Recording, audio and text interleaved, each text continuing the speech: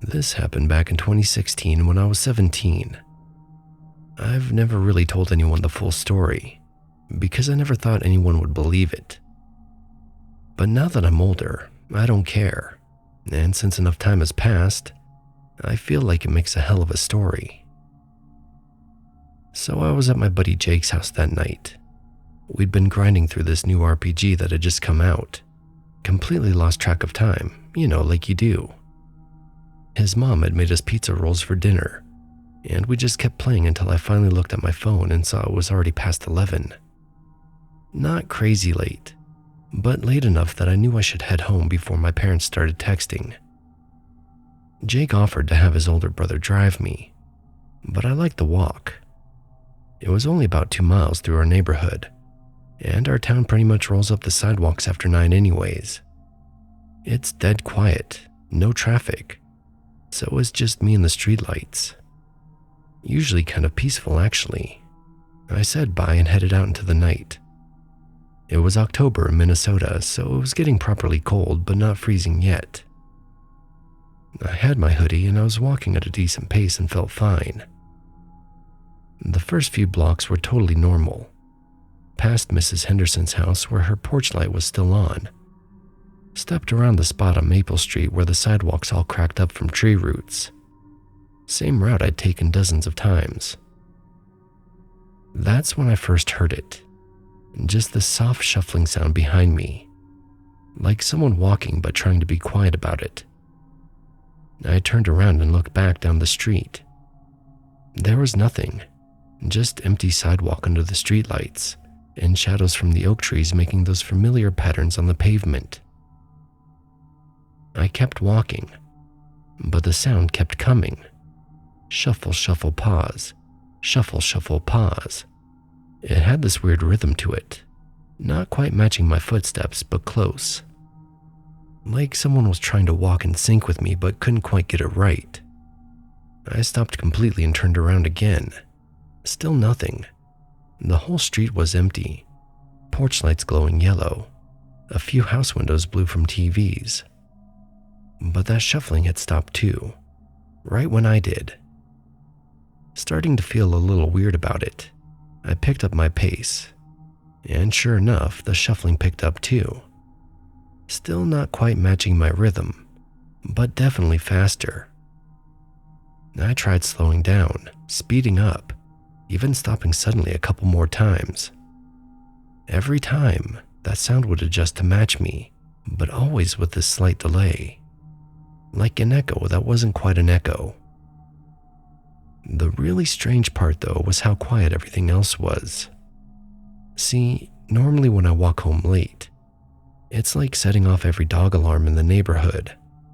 Mrs. Sue's beagle starts up first, then the German Shepherd 2 houses down from her. Then it spreads like wildfire. By the time I'm halfway home, there's usually this whole chorus of barking following me block by block. But tonight there was nothing. Complete silence except for my footsteps and that shuffling behind me.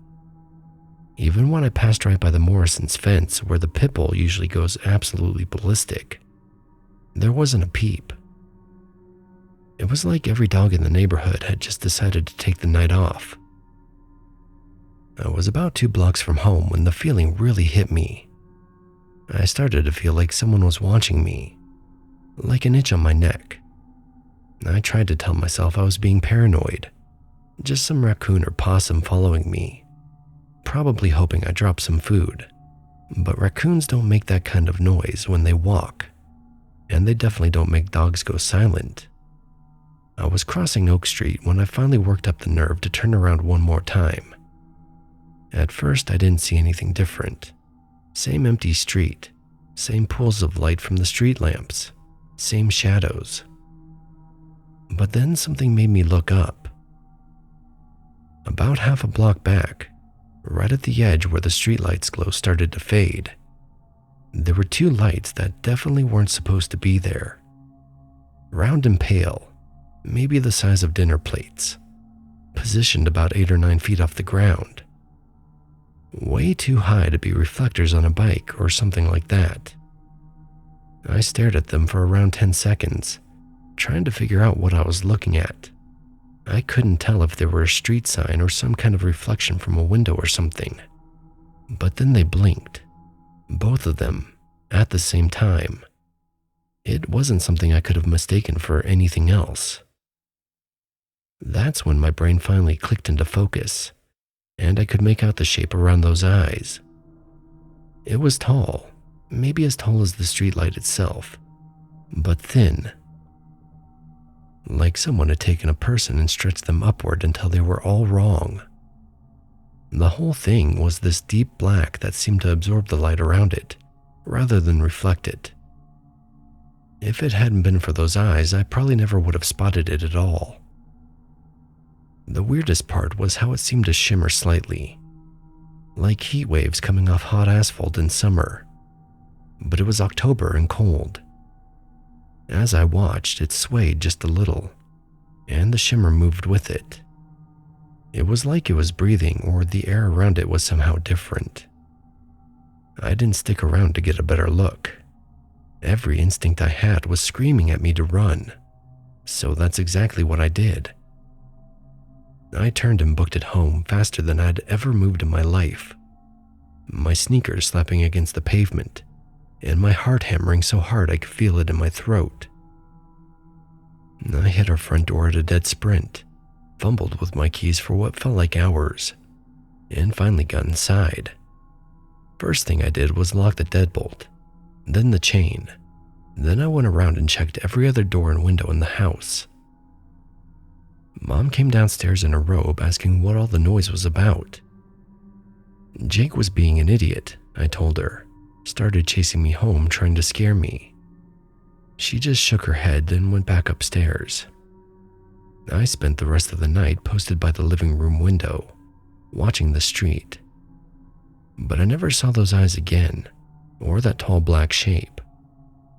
Eventually, I dozed off on the couch around sunrise. It's been 9 years since that night, and I still think about it all the time. I still have no clue what it could have been, but I know I saw something. I remember those eyes blinking. It looked like the predator from the movie, how it seemed to bend light around itself. I still live in the same town and I still have to walk at night sometimes, but now I always take the main streets where there's more light and the occasional car.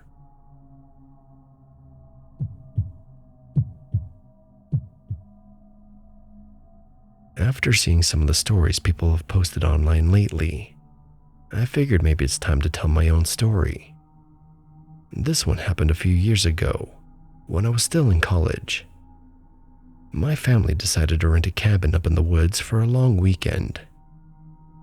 It was 3 days away from school, away from work, away from everything. It was me, my mom, my dad, and my younger brother Alex. We got up there in the morning, unpacked and got settled in. The cabin was small but cozy. Wooden beams, a stone fireplace, you know, the works. Around midday, we decided to go for a walk to the lake. It was about a mile from the cabin, not far, but enough to stretch our legs. On the way, Alex, who was 10 at the time, stopped suddenly and pointed at a tree. There were deep scratches running vertically along the trunk. "What's that?" he asked. Dad squatted down and inspected them. "Bears," he said confidently. "Don't worry, bears are usually more scared of us than we are of them." I wasn't so sure. I mean, I'm no wildlife expert, but these marks, they didn't look like claw marks I'd seen on the Discovery Channel. They were deeper, straighter, and cleaner somehow. Alex seemed satisfied with Dad's answer, and we kept walking. The lake itself was beautiful. We spent hours fishing, laughing when Alex kept catching the smaller fish that wriggled free. But eventually we managed to catch enough for dinner. The sun was beginning to dip behind the trees when we decided to head back. That's when it hit us, a strange smell like wet dog mixed with rotting meat. Alex wrinkled his nose. "Gross, did you fart?" he said, pointing at me. Dad sniffed the air. Could be a skunk, he said, though he didn't sound entirely convinced. I didn't know what to think.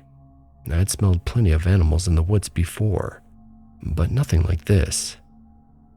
It lingered long enough to make me wrinkle my nose and wonder what was out there.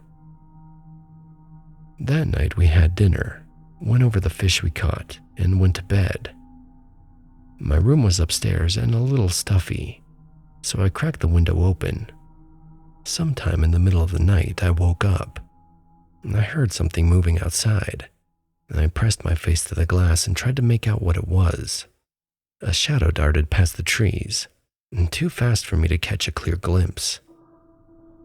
And then the smell hit me again, that same wet dog rotting meat smell from earlier.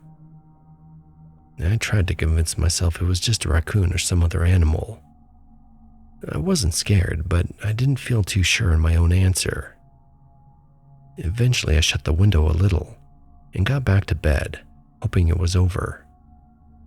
The next day we went kayaking. The lake was calm, the sun warm on our backs, and for a while I forgot about the night before. But later I thought I saw something on the far bank. I assumed it was a bear. Maybe Dad had been right about the claw marks. But when I caught a quick glimpse of its face, it was different.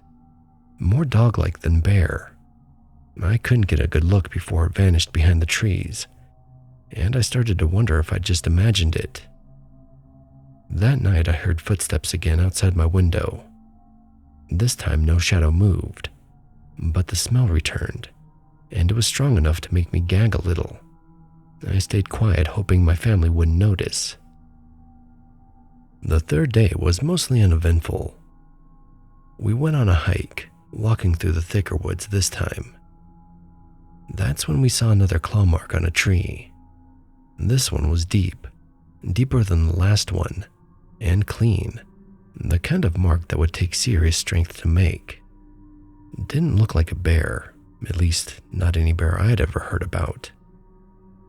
I went to bed that night like usual with the window open. I was woken up by the sound of something walking outside again. I heard it closer than before.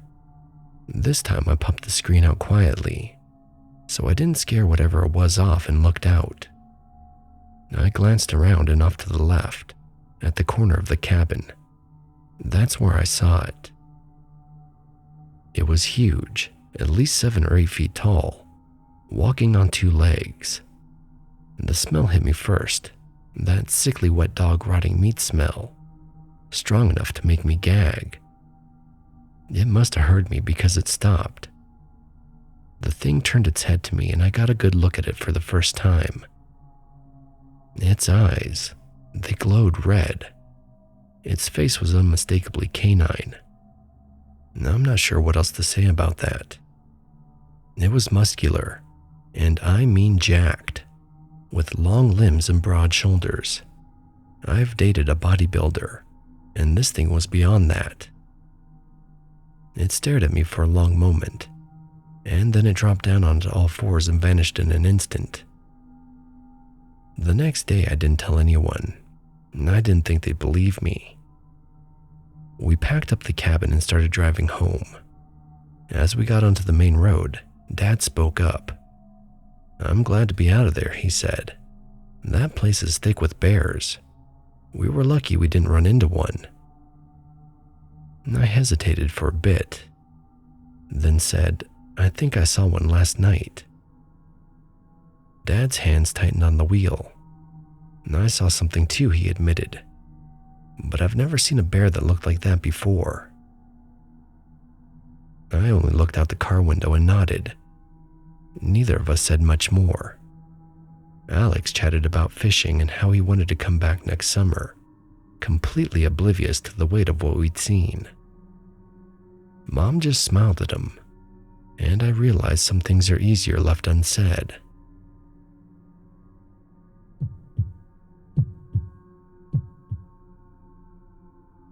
I've been camping in Northern California for over 15 years, but I've never had an experience like what happened to me and my dog Rusty up in the Humboldt National Forest last summer. I'm still not entirely sure what we encountered up there, but it was enough to make me rethink some things about what might be living in those deep woods. Rusty is a German Shepherd mix, about 4 years old, and he's been my camping buddy since he was a puppy. He's got good instincts in the wilderness, alerts me to bears, keeps critters away from camp, that sort of thing. He's never been skittish or spooked by normal forest sounds. That's important context for what I'm about to tell you. I'd been planning this trip for months. Wanted to get way back into the backcountry, somewhere I could go for days without seeing another person. I picked a spot about 20 miles east of Eureka, accessed by a Forest Service road that turns to dirt after about 10 miles.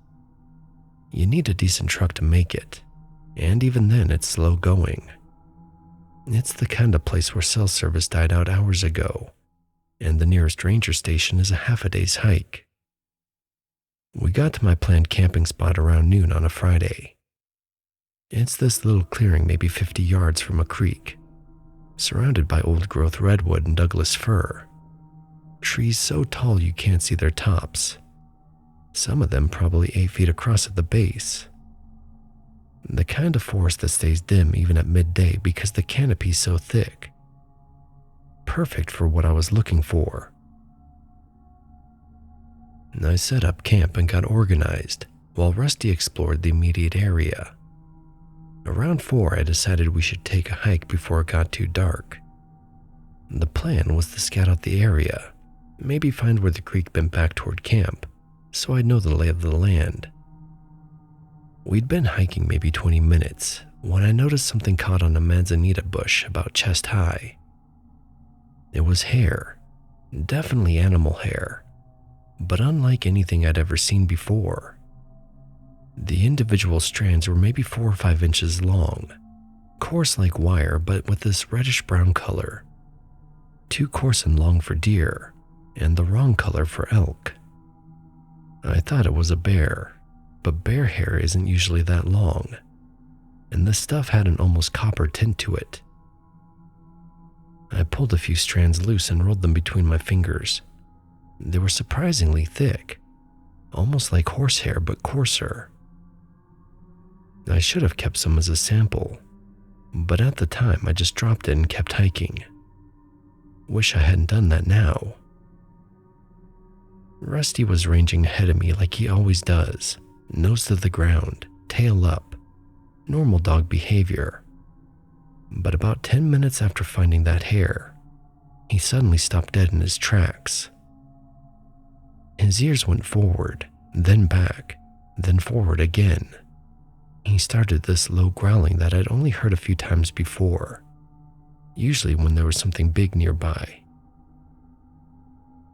I stopped too and listened. I didn't hear anything unusual, just wind in the trees, the distant sound of water over rocks. But Rusty was fixated on something ahead of us and to the left, his hackles starting to rise.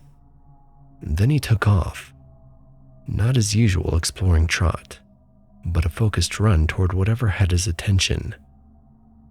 He disappeared into the thick underbrush before I could call him back.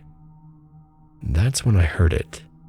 Something large crashing through the forest maybe 50 yards away. And I mean large.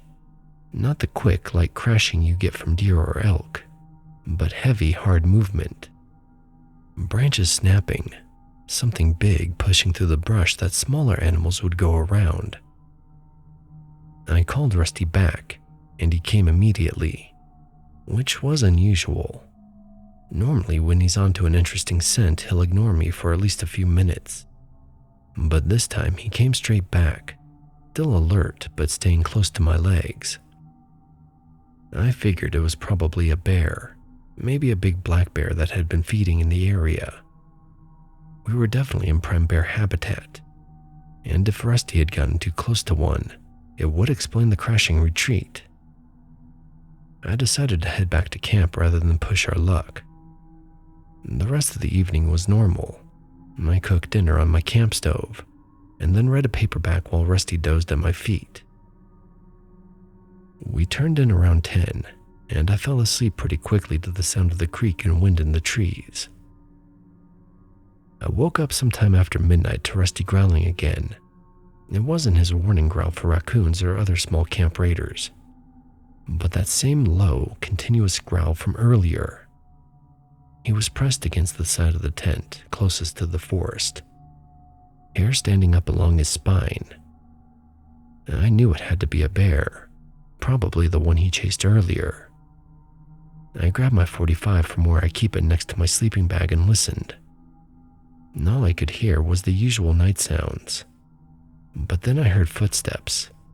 No confusing it for the four-legged gait of a bear. It was two-footed steps.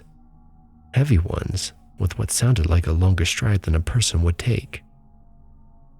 I unzipped the tent flap as quietly as I could and grabbed my flashlight. Rusty wanted to come with me, but I made him stay put. The last thing I needed was my dog charging off into the dark after something I couldn't identify. I stepped out of the tent and swept the area with my light. The beam only penetrates maybe 30 feet into those dense woods, and I didn't see anything out of place. Just trees and underbrush, shadows moving as the light passed over them.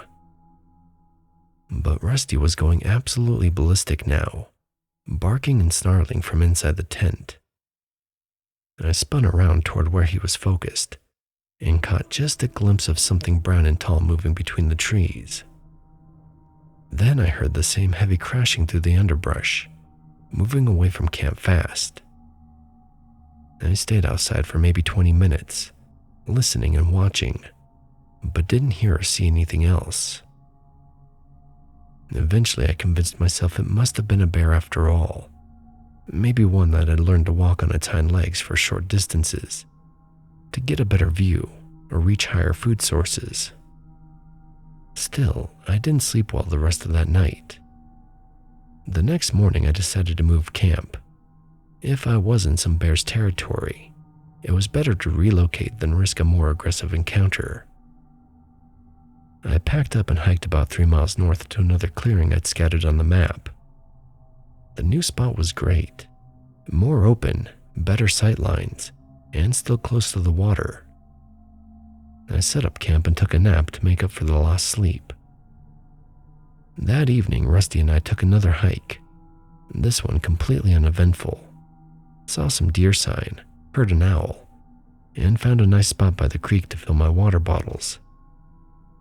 I made sure to follow all the bear precautions that night.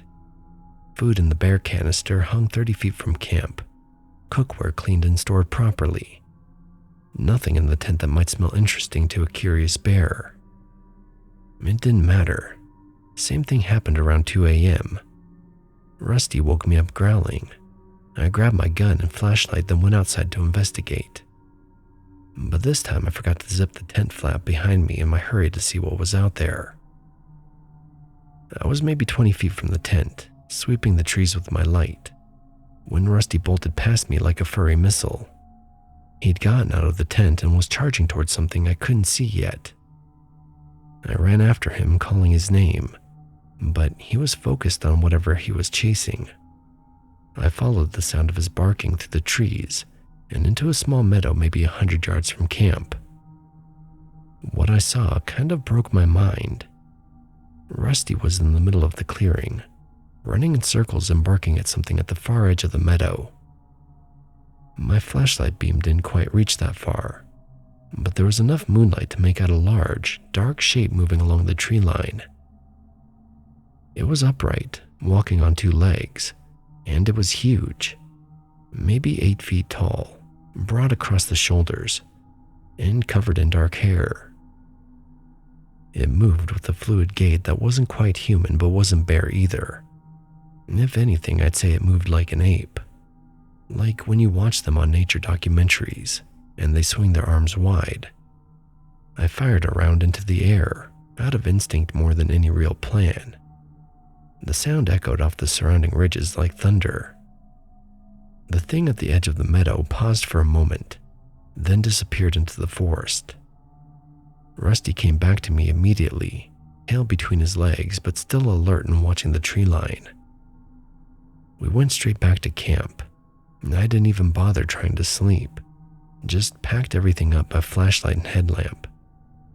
We were in the truck and driving out by 4 a.m., taking those rough forest roads in the dark with Rusty riding shotgun. Both of us jumpy at every shadow. I drove straight through to Sacramento, didn't stop except for gas and to let Rusty stretch his legs.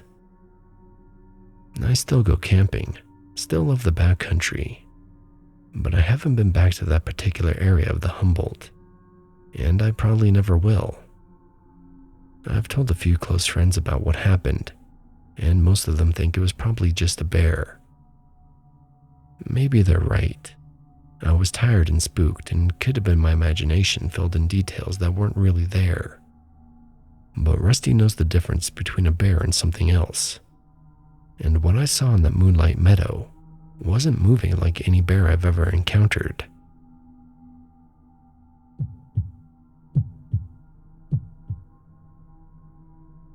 I'd had one of those weeks that leaves you feeling frayed. Everything at work, everything at home, all of it was pressing in on me. By Friday afternoon, I knew I needed to get out and clear my head, so I decided to take a hike. There's a trail on the edge of town, about 20 minutes from my house, that I'd been meaning to explore.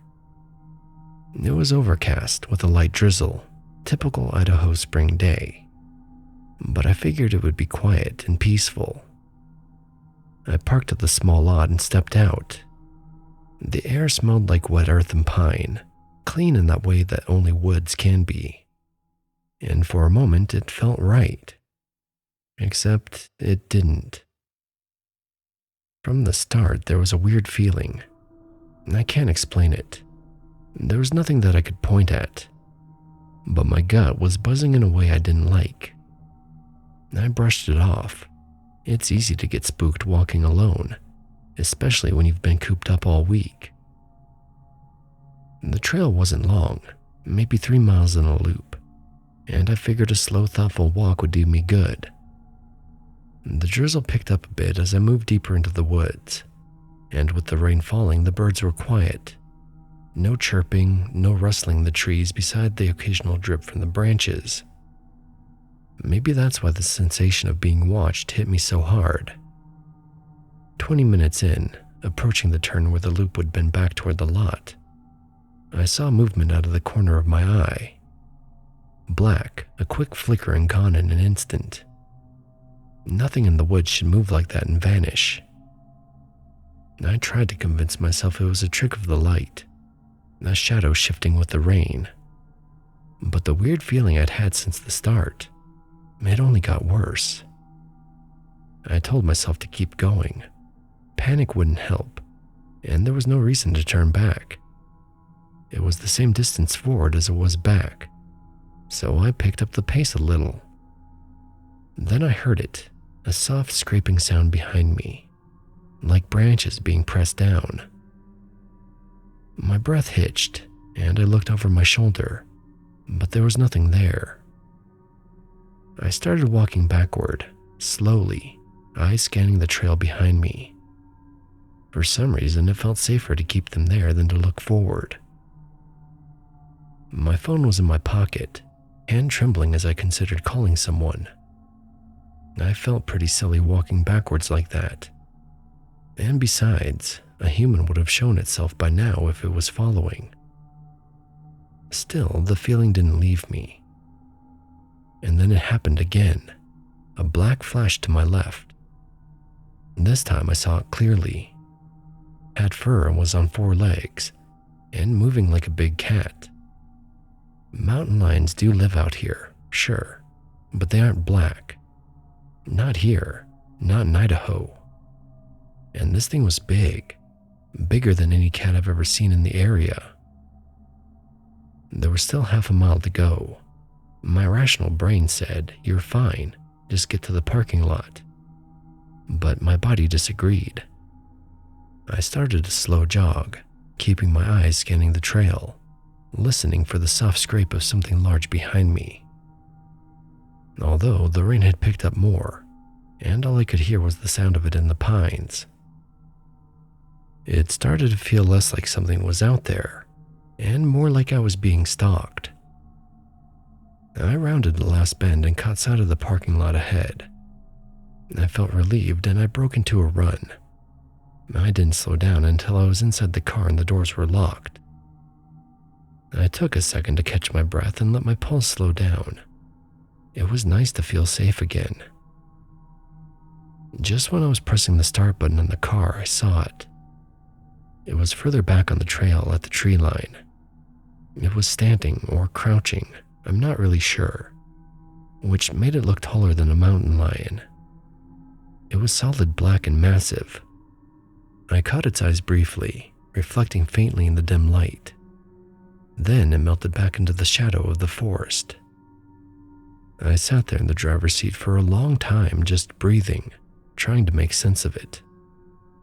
Big cats in Idaho aren't black. Nothing in the area fits the size or the color. Nothing except maybe, well, something else. And I don't know what it was. I've been back to that trail since, but never alone.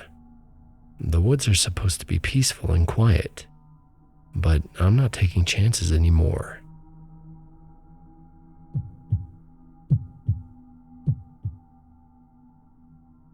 I've lived in Grafton, North Dakota for 32 years, the last 8 of them alone since my wife passed. It's a quiet town, maybe 4,000 people on a good day, surrounded by farmland and prairie that stretches on as far as you can see. The kind of place where everybody knows everybody, and the most exciting thing that happens is when the high school football team makes it to regional. My house sits on about 2 acres at the edge of town, with a decent-sized backyard that butts up against a wheat field. Behind that, it's just open prairie for miles. I like the privacy, and so does my little dog Pepper. She's a Jack Russell Terrier, maybe 12 pounds soaking wet, but she thinks she's a German Shepherd when it comes to protecting the place. For the past few months, I'd been noticing some odd things around the property. Nothing major, just the kind of stuff you expect when you live next to open country. My wooden fence had a couple sections that got knocked down. I figured it was deer jumping over and clipping the top rail. Happens when they get a population boom. Then my trash cans got knocked over one night in July. Found garbage scattered all over the driveway when I went out for the paper. Could have been raccoons, or maybe a fox, though we don't see many of those around here anymore. The tracks I found after that big storm we had in August had me confused though. It had rained hard for about 2 hours and left the ground soft and muddy. When I went out to check for damage, I found these prints in the mud near my back fence. They looked like dog tracks, bigger than a St. Bernard, way bigger. My first impression was a wolf, but we don't have those in this state, although sometimes they do travel over from Minnesota. We are near the border, so that would be rare but not unheard of. Still, I didn't think much more about it until yesterday. I was sitting in my recliner reading the paper after lunch when Pepper started going absolutely crazy. And I mean crazy. Barking, whining, running back and forth between me and the back door, like her tail was on fire. She kept looking toward the kitchen, then back at me, then toward the kitchen again. I thought she just needed to go out. Sometimes she gets worked up when she's got to use the bathroom and I'm not paying attention. But this was different. Her hackles were up, and she was doing that low growl she only does when something's really wrong. I got up to see what had her so agitated and walked to the back door. Pepper was practically climbing the door frame trying to get my attention, still barking like there was no tomorrow. That's when I looked out into the field behind my house and saw it. There was something standing out there, maybe 150 yards away, right at the edge where my property line meets the wheat field. It looked like a person, and that's what I figured at first, but it was too tall, with these long arms that almost looked like a knuckle dragger, had to be at least 7 feet, maybe taller, with broad shoulders. It was covered in dark fur or hair, or that's what it looked like. It was too far away to tell clearly, but it was definitely standing on 2 legs like a person would. Even at that distance, I could see the head was weird. Ain't no man that has a snout and ears that stick up like that thing did. I watched it for maybe 10 seconds, trying to understand what I was seeing. It seemed to be looking around, maybe scanning the area, head turning slowly from side to side. Then it dropped down to all 4s and took off running. I've seen plenty of dogs run, and plenty of coyotes and wolves on nature documentaries. This thing moved exactly like a wolf would.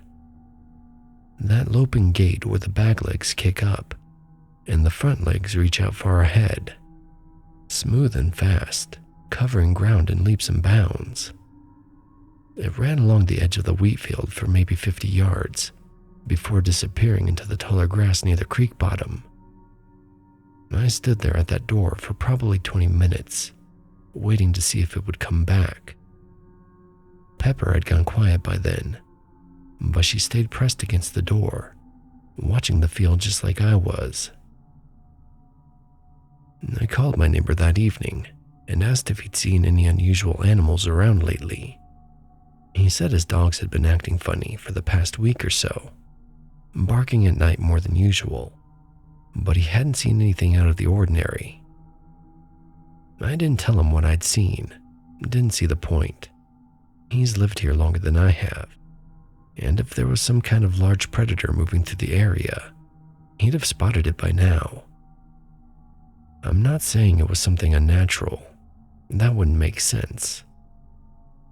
It could have been just a really large coyote that reared up on its hind legs to get a better look around. They can do that for short periods. Or maybe my eyes aren't as good as they used to be, and I was seeing things that weren't really there. But Pepper's reaction tells me something was definitely out there. That dog has never acted like that over nothing. I've been keeping the back door locked since then, and I make sure Pepper stays inside after dark. Probably being overly cautious, but at my age, cautious isn't a bad thing. If what I saw wasn't some kind of dog or wolf, then I need to have a serious talk with my doctor about adjusting my medications. You have been watching Neon Noir, a Radion production brought to you by Spoopy Cola.